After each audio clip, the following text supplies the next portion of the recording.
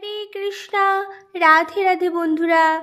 আজকের এই ভিডিওতে আমি উৎপন্না একাদশী ব্রত মাহাত্ম্য ও সারা বিশ্বের পালনের সময়সূচি আপনাদের সাথে শেয়ার করব। এখন চলছে মার্গশীর্ষ মাস।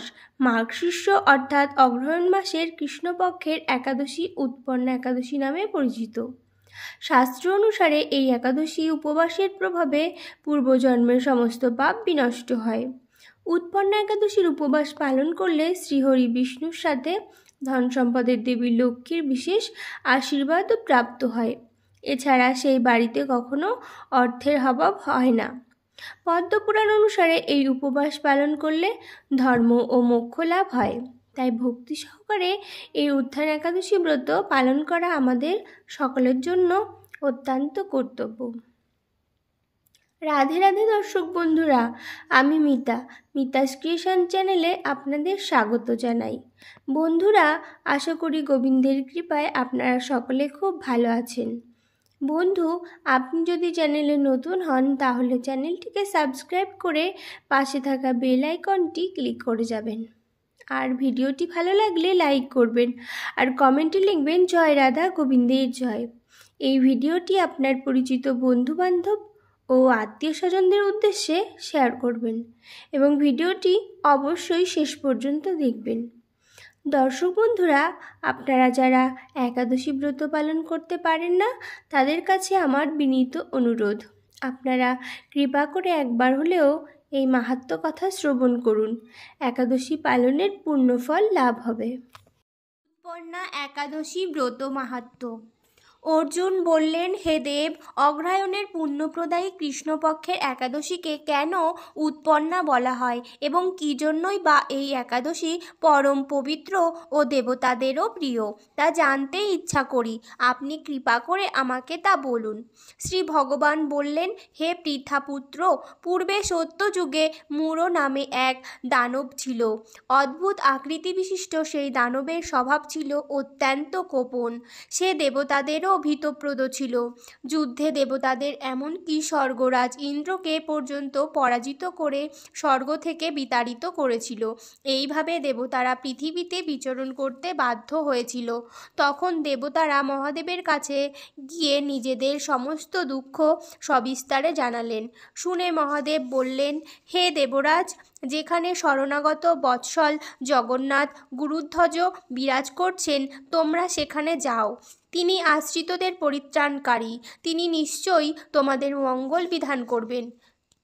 দেবাদিদেবের কথা মতো দেবরাজ ইন্দ্র দেবতাদের নিয়ে ক্ষীর সমুদ্রের তীরে গমন করলেন।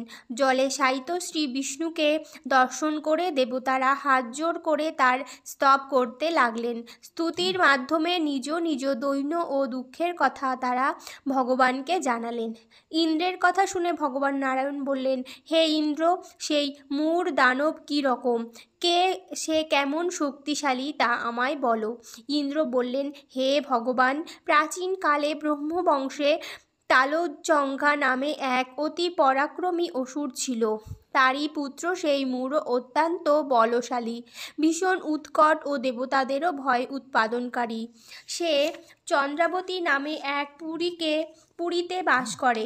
স্বর্গ থেকে আমাদের বিতাড়িত করে তার স্বজাতি কাউকে রাজা, কাউকে অন্যান্য দিকপাল রূপে প্রতিষ্ঠিত করে এখন সে দেবলোক সম্পূর্ণ অধিকার করেছে। তার প্রবল প্রতাপে আজ আমরা পৃথিবীতে বিচরণ করছি। ইন্দ্রের কথা শুনে ভগবান দেবদ্রোহীদের প্রতি অত্যন্ত ক্রোধান্বিত হলেন। তিনি দেবতাদের সঙ্গে চন্দ্রাবতী পুরীতে গেলেন।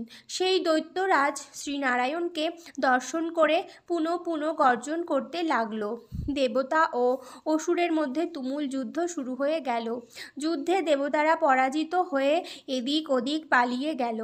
তখন যুদ্ধক্ষেত্রে শ্রীনারায়ণকে একা দেখে সেই দানব তাকে দাঁড়াও দাঁড়াও বলতে লাগলো। শ্রী ভগবানও ক্রোধে গর্জন করে বললেন, রে দুরাচার দানব, আমার বাহুবল দেখো। এই বলে অসুরপক্ষীয় সমস্ত যোদ্ধাদের দিব্য বাণের আঘাতে নিহত করতে লাগলেন। তখন তারা প্রাণ ভয়ে নানা দিকে পালাতে লাগলো। সেই সময় নারায়ণ দৈত্য সৈন্যদের মধ্যে সুদর্শন চক্র নিক্ষেপ করলেন, ফলে সমস্ত সৈন্য ধ্বংসপ্রাপ্ত হলো। একমাত্র মূঢ় অসুরই জীবিত ছিল। সে অস্ত্রযুদ্ধে নারায়ণকেও পরাজিত করল। তখন নারায়ণ দৈত্যের সাথে বাহুযুদ্ধে লিপ্ত হলেন। এইভাবে দেবতাদের হিসাবে 1000 বছর যুদ্ধ করেও ভগবান তাকে পরাজিত করতে পারলেন না। তখন শ্রীহরি বিশেষ চিন্তান্বিত হয়ে বদ্রিকা আশ্রমে গমন করলেন। সেখানে সিংহাবতী নামে একটি গুহা আছে। এই গুহাটি 1 দ্বার বিশিষ্ট এবং 12 যোজন অর্থাৎ 86 মাইল বিস্তৃত। ভগবান বিষ্ণু সেই গুহার মধ্যে শয়ন করলেন। সেই দৈত্য ও তার পেছন পেছন ধাবিত হয়ে গুহার ভিতরে প্রবেশ করল। সে বিষ্ণুকে নিদ্রিত বুঝতে পারল। অত্যন্ত আনন্দিত হয়ে ভাবতে লাগলো, আমার সাথে যুদ্ধে পরাজিত হয়ে বিষ্ণু এখানে গোপনে শুয়ে আছে। এখন আমি তাকে অবশ্যই বধ করব। দানবের এইরকম চিন্তার সঙ্গে সঙ্গে শ্রী বিষ্ণুর শরীর থেকে একটি কন্যা উৎপন্ন হলো। এই কন্যাই উৎপন্না একাদশী। তিনি রূপবতী, সৌভাগ্যশালিনী, দিব্য অস্ত্রশস্ত্রধারিণী ও বিষ্ণু তেজসম্ভূতা বলে মহাপরাক্রমশালী ছিলেন। দৈত্যরাজ সেই স্ত্রীরূপিণী দেবীর সাথে তুমুল যুদ্ধ শুরু করল। কিছুকাল যুদ্ধের পর দেবীর দিব্য তেজে অসুর ভস্মীভূত হয়ে গেল। তারপর বিষ্ণু জেগে উঠে সেই ভস্মীভূত দানবকে দেখে বিস্মিত হলেন। এক দিব্যকন্যাকে তার পাশে হাত জোড় করে দাঁড়িয়ে থাকতে দেখলেন। বিষ্ণু বললেন, হে মহাপরাক্রান্ত উগ্রমূর্তি, এই মূঢ় দানবকে কে বধ করল? যিনি একে হত্যা করেছে তিনি নিশ্চয়ই প্রশংসনীয় কর্ম করেছে। সেই কন্যা বলেন, হে প্রভু, আমি আপনার শরীর থেকে উৎপন্ন হয়েছি। আপনি যখন ঘুমিয়েছিলেন তখন এই দানব আপনাকে বধ করতে চেয়েছিল। তা দেখে আমি তাকে বধ করেছি। আপনাদের কৃপাতেই আমি তাকে বধ করতে পেরেছি। এ কথা শুনে ভগবান বললেন, আমার পরাশক্তি, তুমি একাদশীতে উৎপন্ন হয়েছ, তাই তোমার নাম হবে একাদশী। আমি এই ত্রিলোকে দেবতা ও ঋষিদের অনেক বর প্রদান করেছি। হে ভদ্রে, তুমিও তোমার মন মতো বর প্রার্থনা করো, আমি তোমাকে তা প্রদান করব। একাদশী বললেন, হে দেবেশ, ত্রিভুবনের সর্বত্র আপনার কৃপায় সর্ববিঘ্ন নাশিনী ও সর্বদায়িনী রূপে যেন পরম পূজ্য হতে পারি, এ বিধান করুন। আপনার প্রতি ভক্তিবশত যারা শ্রদ্ধা সহকারে আমার ব্রত উপবাস করবে তাদের সর্বসিদ্ধি লাভ হবে, এই বর প্রদান করুন। বিষ্ণু বললেন, হে কল্যাণী, তাই হোক। উৎপন্না নামে প্রসিদ্ধ তোমার ব্রত পালনকারীর ইচ্ছা পূর্ণ হবে। তুমি তাদের সকল মনোবাসনা পূর্ণ করবে, এতে কোনো সন্দেহ নেই। তোমাকে আমার শক্তি বলে মনে করি, তাই তোমার ব্রত পালনকারী সকলে আমারই পূজা করবে। এর ফলে তারা মুক্তি লাভ করবে। তুমি হরিপ্রিয়া নামে জগতে বিখ্যাত হবে। তুমি ব্রত পালনকারী শত্রু বিনাশ, পরম গতি দান এবং সর্বসিদ্ধি প্রদান করতে সমর্থ হবে। ভগবান বিষ্ণু এইভাবে উৎপন্না একাদশীকে বরদান করে অন্তর্হিত হলেন। সমস্ত ব্রতকারী দিবারাত্রি ভক্তিপরায়ণ হয়ে এই উৎপন্না একাদশীর উৎপত্তির কথা শ্রবণ ও কীর্তন করলে শ্রীহরির আশীর্বাদ লাভে ধন্য হবে। এবার একাদশীর পালনের সময়সূচি জানিয়ে দেব। প্রথমে স্থান, মাঝে একাদশীর তারিখ এবং শেষে পালনের সময়। এবছর কিন্তু একাদশীর পালনের সময় খুবই সীমিত, আপনারা খুব তাড়াতাড়ি পালন সেরে নেবেন। বাংলাদেশ 27 নভেম্বর 6:30 থেকে 6:56, পশ্চিমবঙ্গ 6:06 থেকে 6:26, দিল্লি 10:29 থেকে 10:38, বৃন্দাবন 10:29 থেকে 10:38, উত্তরপ্রদেশ 10:29 থেকে 10:38, মুম্বাই 10:29 থেকে 10:35, পুনে 10:29 থেকে 10:30, নাগপুর 10:29 থেকে 10:38, চেন্নাই 6:14 থেকে 6:26, ভুবনেশ্বর 6:03 থেকে 6:26, ঝাড়খণ্ড 6:11 থেকে 6:26, বিহার 6:14 থেকে 6:26, ছত্তিশগড় 6:21 থেকে 6:26, শিলং 5:49 থেকে 6:26, গুয়াহাটি 5:51 থেকে 6:26, আগরতলা 5:48 থেকে 6:26, মিজোরাম 5:40 থেকে 6:26।